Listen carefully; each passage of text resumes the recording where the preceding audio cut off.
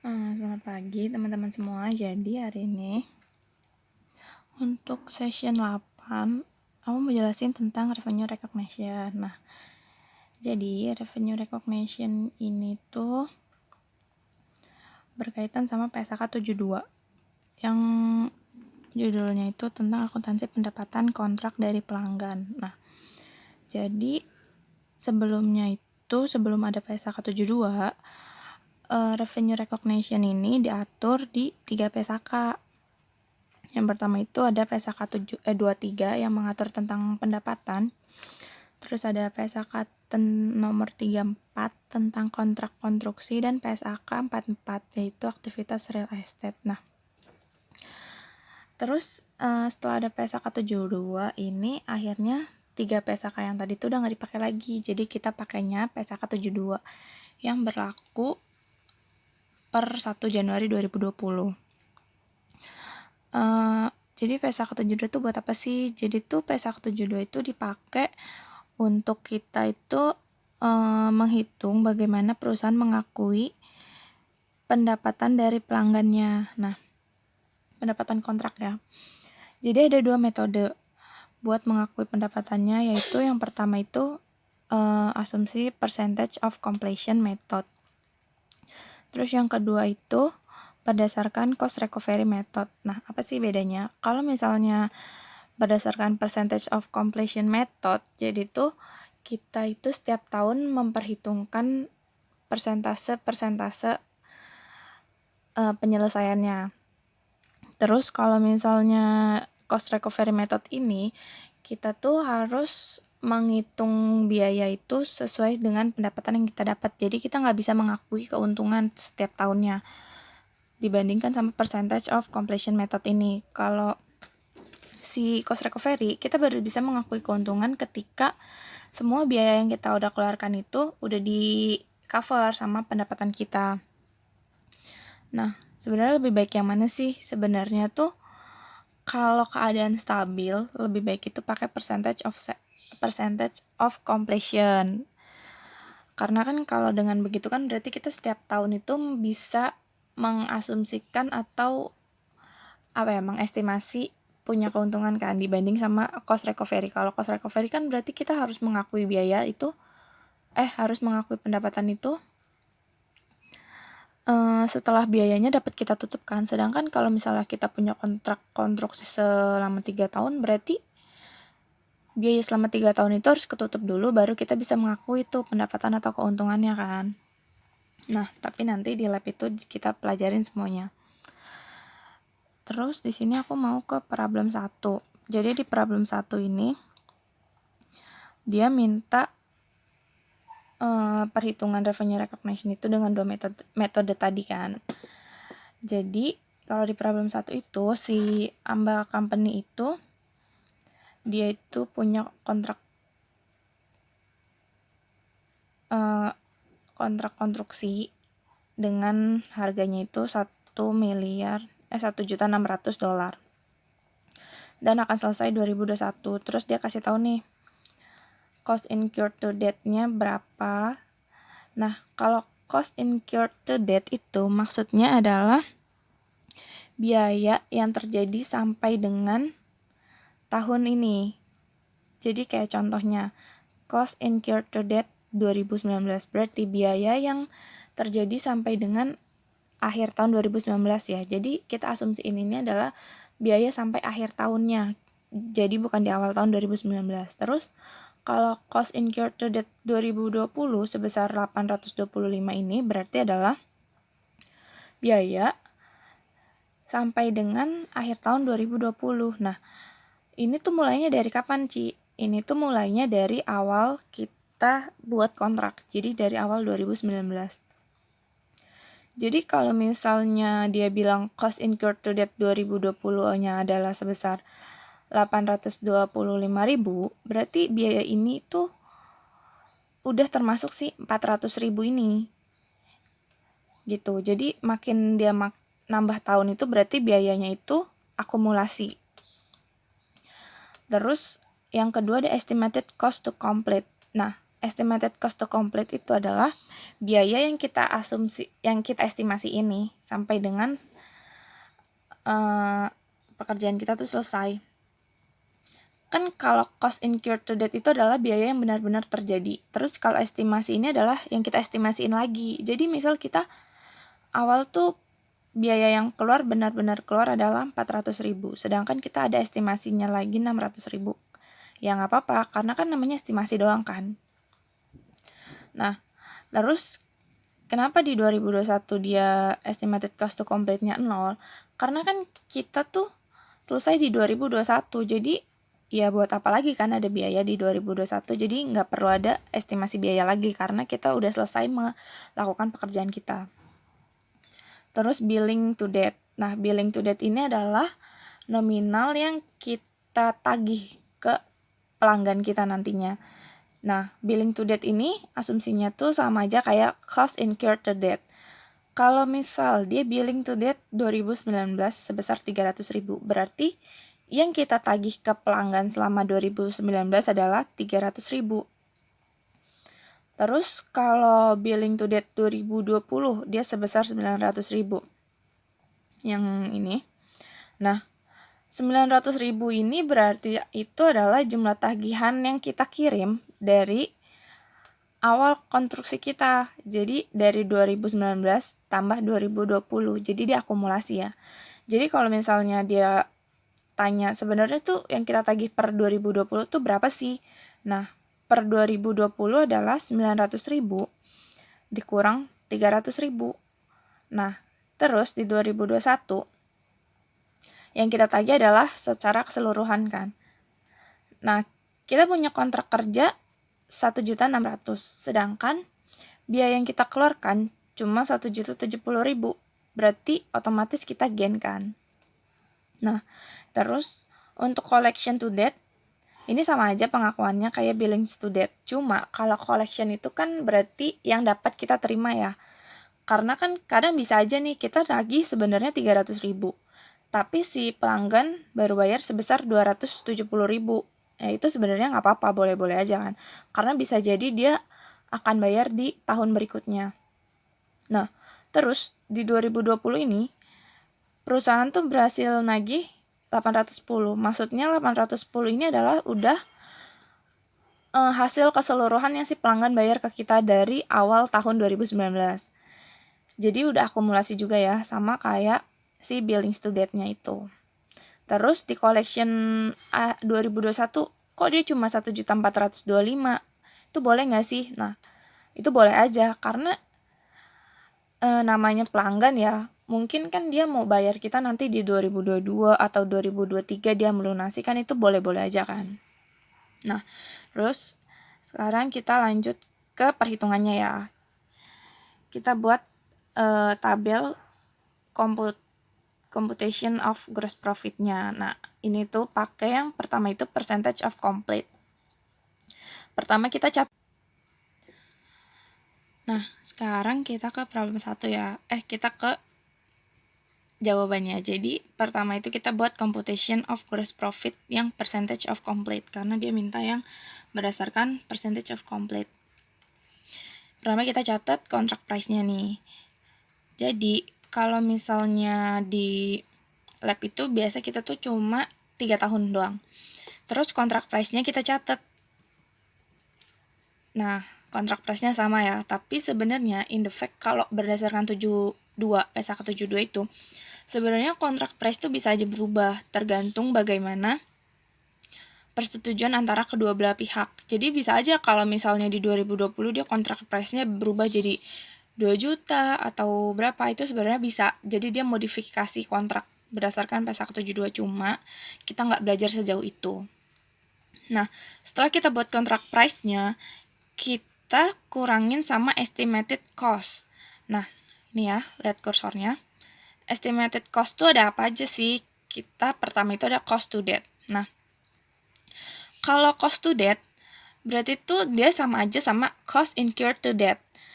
Berarti karena di soal nih udah ada kan tadi, mana cost incurred to date dia udah kasih tahu 400.000, terus 825, terus di 2021 dia juga 1.070.000. Berarti kita tinggal taruh aja dong angkanya di sini. Berarti kan dia biaya sampai dengan, berarti yang 400.000 itu sampai akhir tahun 2019. 825 ini adalah total biaya dari 2019 sampai akhir tahun 2020. Begitupun si 1.070.000 ini. Nah, terus kalau udah kita masukin nominal cost to date, kita masukin lagi nih estimated cost to complete. Nah, ini tuh biasa di soal itu langsung dikasih tahu. Jadi kita tinggal taruh juga. Karena dia udah kasih tahu, berarti kita lihat nih di soal kan ada ya estimated cost to complete nih. Yang 600.000 sama 275. Berarti di sini kita masukin juga dong cost to complete-nya 600.000 sama 275 dan 2021 0 ya. Nah, berarti habis itu estimated total cost-nya tuh berarti berapa? Nah, ini gampang nih, tinggal kalian tambahin cost to date sama estimated cost to complete. Semua setiap tahun kayak gitu. Dari 2019, 2020 dan 2021. Ini kayak 825.000 tambah 275.000, hasilnya 1.100.000 kan. Terus ini karena dia nggak ada estimated cost to complete-nya, berarti cuma 1.070.000 doang cost to date. Berarti estimated total cost-nya berapa? Ya 1.070.000 itu. Nah, terus habis itu kalau udah dapet estimated total cost, kita cari estimated total gross profit. Nah, terus selanjutnya kita mau tentuin estimated total gross profit nih. Dari mana sih estimated total gross profit? Jadi, estimated total gross profit ini adalah contract price, nominal contract price ini 1.600.000 dikurang sama ini, estimated total cost. Ya, jadi untuk dapetin estimated total gross profit adalah contract price dikurang estimated total cost. Hasilnya adalah 600.000. Itu untuk tahun 2019. Nah, untuk tahun 2020 sama. Jadi 1.600.000 contract price kita dikurang sama 1.100.000. Berarti kita masih ada untung dong, 500.000. Terus 2021 juga sama ya, 1.600.000 dikurang 1.070.000. Berarti kita ada untung itu 530.000. Terus untuk dapetin percentage completion-nya itu dari mana? Untuk dapetin percentage completion-nya itu adalah dari, dia kasih tahu kan rumusnya, C5 yaitu dari cost to date dibagi sama total estimated cost-nya dia.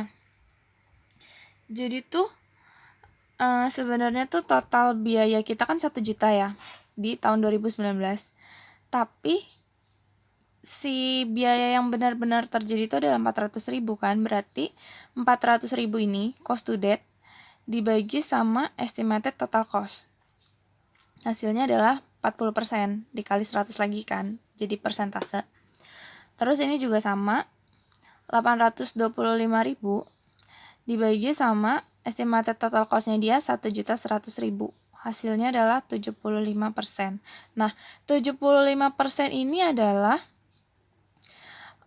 persentase completion dari awal kita buat, yaitu dari awal 2019 sampai akhir tahun 2020 ya.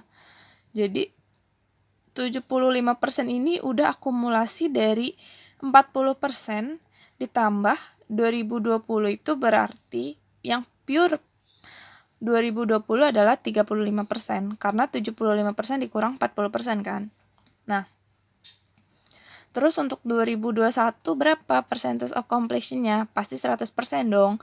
Karena kan kita menyelesaikannya itu, pekerjaan itu selesai di 2021. Berarti dia otomatis langsung 100%.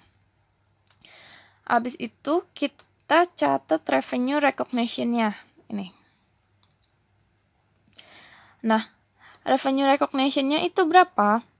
revenue recognition-nya itu di tahun pertama adalah 640. 640 itu dari mana?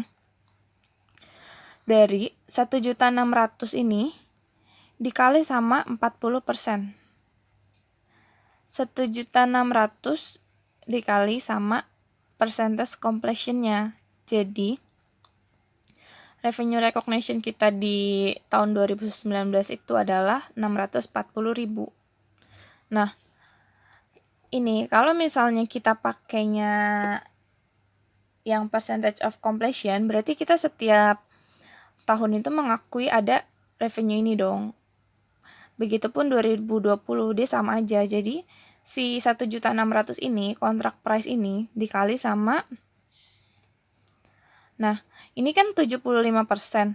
75% itu kan udah total ya, total persentasenya dari awal 2019 sampai akhir 2020. Berarti untuk revenue recognition kita bukan 1.600.000 ini dikali 75%. Tapi 1.600.000 ini dikali sama 35%. Kenapa, Ci? Kok 35%? Karena kan kita mau catat revenue recognition khusus untuk tahun 2020 kan. Nah, sedangkan dia percentage of completion-nya itu adalah dari 2019 sampai 2020.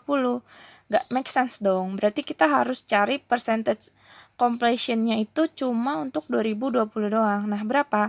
Yaitu dari 75% dikurang 40%. Hasilnya adalah 35%. Nah, 35% ini kita kali sama contract price 1.600.000. Hasilnya adalah 560.000.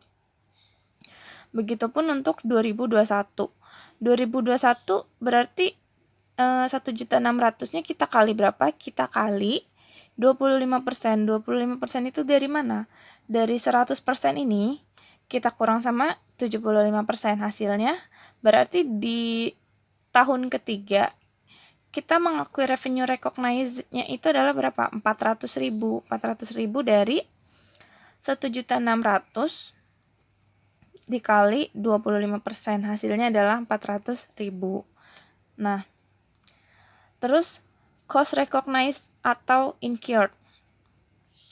Cost recognize-nya itu kita ambil dari, nih, kan kita cost to date-nya itu per 2019 adalah 400.000 kan. Berarti untuk si cost recognize per 2019 masih 400.000 dong. Nah, terus untuk 2020 gimana, Ci? Sama aja caranya, sama kita cari percentage completion ini. Nah, kita lihat di cost to date-nya. Cost to date per 2020 adalah 825. Nah, kalau 825 itu kan adalah cost dari awal kita buat ya, dari awal 2019 sampai akhir 2020 kan.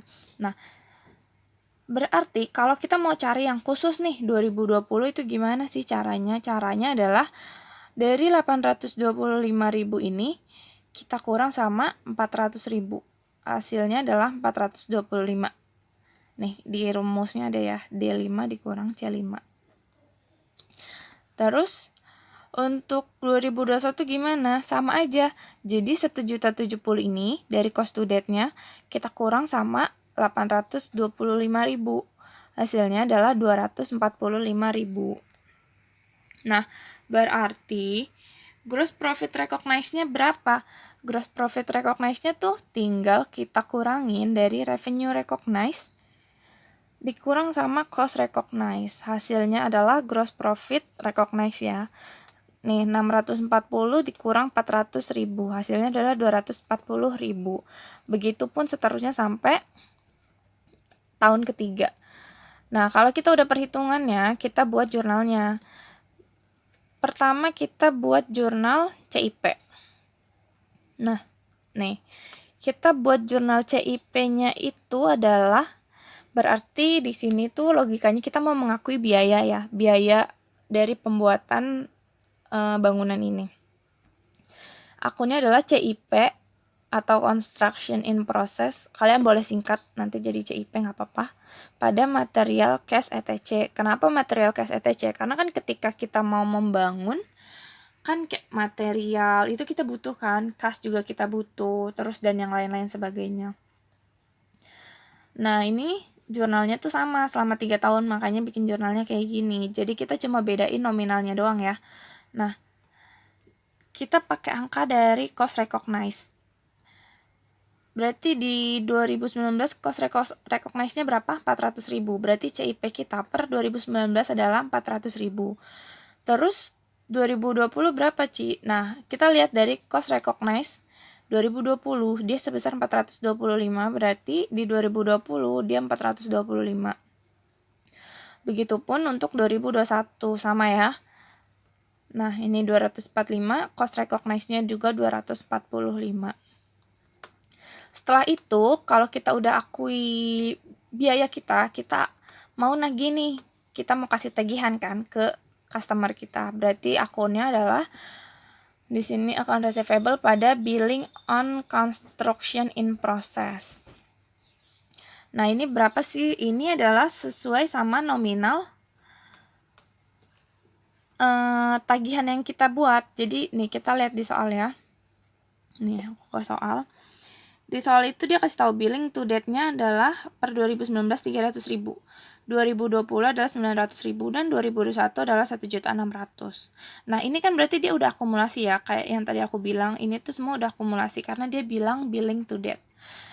Terus gimana cara taunya untuk per tahun? Berarti kita kurangin. Nah, di 2019 itu kan dia 300.000 kan. Ya udah berarti di sini berarti kita langsung catat 300.000 ya. Nih, lihat kursornya. Nah, untuk 2020 600.000 dari mana, Ci? 600.000 adalah dari 900 ini dikurang sama 300.000. Begitupun sama untuk 2021. 2021 dia 700.000 dari mana? 700.000 itu adalah dari 1.600.000 dikurang sama 900.000. Nih, kan dia udah akumulasi kan? Atau kalian bisa juga dari 1.600.000 dikurang sama 600 dikurang 300.000 hasilnya 700.000. Terus kalau udah kita nagih berarti customer ada yang bayar dong. Kalau dia bayar berarti kita dapat cash dan AR kita berkurang kan. Nah, ini kita tinggal lihat nih collection kita tuh berapa sih. Nah, kita lihat di sini. Collection per 2019 adalah 270.000. Berarti kita tinggal catat di sini 270.000. Nah, untuk 2020 kan di soal itu dia kasih tahu nih 810.000 itu adalah collection to date. Berarti collection sampai akhir tahun 2020 sebesar 810. Berarti untuk khusus 2020 doang itu berapa? 810 dikurang 270. Hasilnya adalah 540.000. Begitupun untuk yang 2021 sama ya.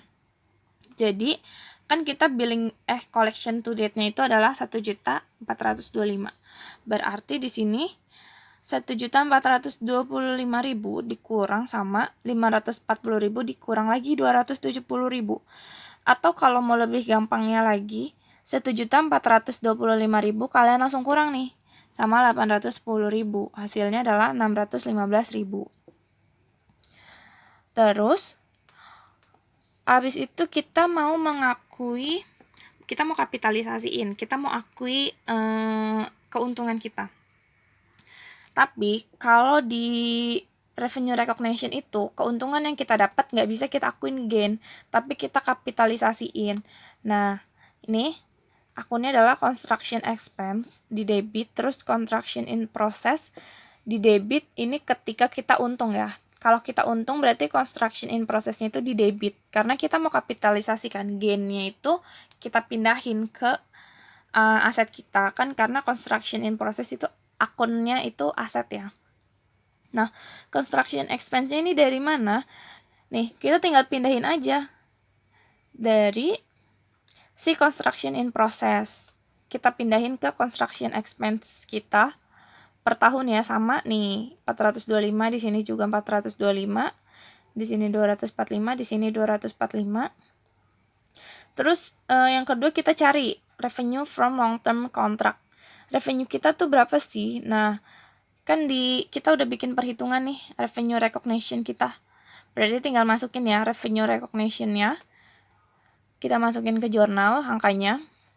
Setiap tahun sama, kita masukin semua nih sampai 2021. Terus selisihnya baru kita masukin ke construction in process. Atau kalau kalian nggak mau susah, nggak mau cari lagi selisihnya, bisa juga kita langsung ambil dari nih, gross profit recognized gitu. Ini langsung dipindahin aja angkanya, karena ini udah pasti sama. Jadi ada 2 cara ya. Pertama, kalian bisa selisihin antara revenue from long term contract sama construction expense, hasilnya jadi construction in process, atau kalian mau langsung nih dari gross profit recognized, angkanya kalian pindahin ke sini. Itu bisa. Nah, terus kalau udah, kan masih awalnya itu kita akui construction in process kan, ketika bangunan itu masih kita buat. Tapi ketika bangunan itu udah jadi, berarti udah bukan milik kita dong. Kita udah kasih nih ke customer kita yang buat bangunan itu. Nah, kalau udah kita kasih, berarti kita jurnal terakhir itu cuma ada di akhir tahun ya. Karena kita mau mengubah dari aset jadi ke milik pelanggan kita. Jadi construction in process itu kita kreditkan. Kenapa? Karena kan awalnya itu construction in process-nya itu aset kita kan. Tapi ketika udah jadi bangunan nih, berarti kita udah kasih dong ke customer kita, ke pelanggan kita. Berarti udah bukan jadi aset kita. Jadi harus kita hapuskan. Udah kita hapus, nah debitnya apa? Debitnya adalah billing on construction in process. Senilai berapa? Senilai sama kontrak price kita 1.600.000 ini. Terus, nah ini udah buat yang si percentage of completion method. Terus di problem 1 dia meminta juga untuk yang metode cost recovery method kan. Nah, kalau cost recovery method ini lebih gampang lagi dibandingkan sama si percentage of completion. Gimana caranya? Pertama, kita akui dulu nih revenue recognize kita kan. Kita akui revenue recognize itu berarti sesuai dengan si cost-nya.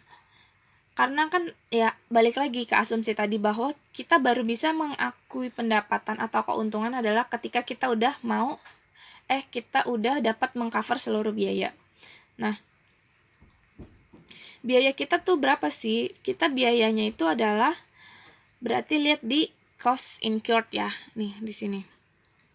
Kayak yang tadi berarti 2019 adalah 400.000 si cost-nya. Nah, berarti revenue-nya yang kita akui juga berapa? Revenue-nya yang kita akui juga 400.000 kan?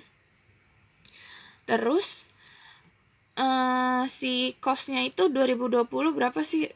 Cost 2020 425.000. Ternyata cost recognize kita itu nih, kita mengakui keuntungan itu di 2021 adalah sebesar kita mengakui pendapatan kita adalah sebesar 775.000 di 2021. Berarti sedangkan kita mengakui biaya kita adalah 245.000, berarti kita bisa mengakui gross profit-nya itu di akhir tahun 2021 nih sebesar 535.000. Kayak gitu. Nah, itu untuk problem 1.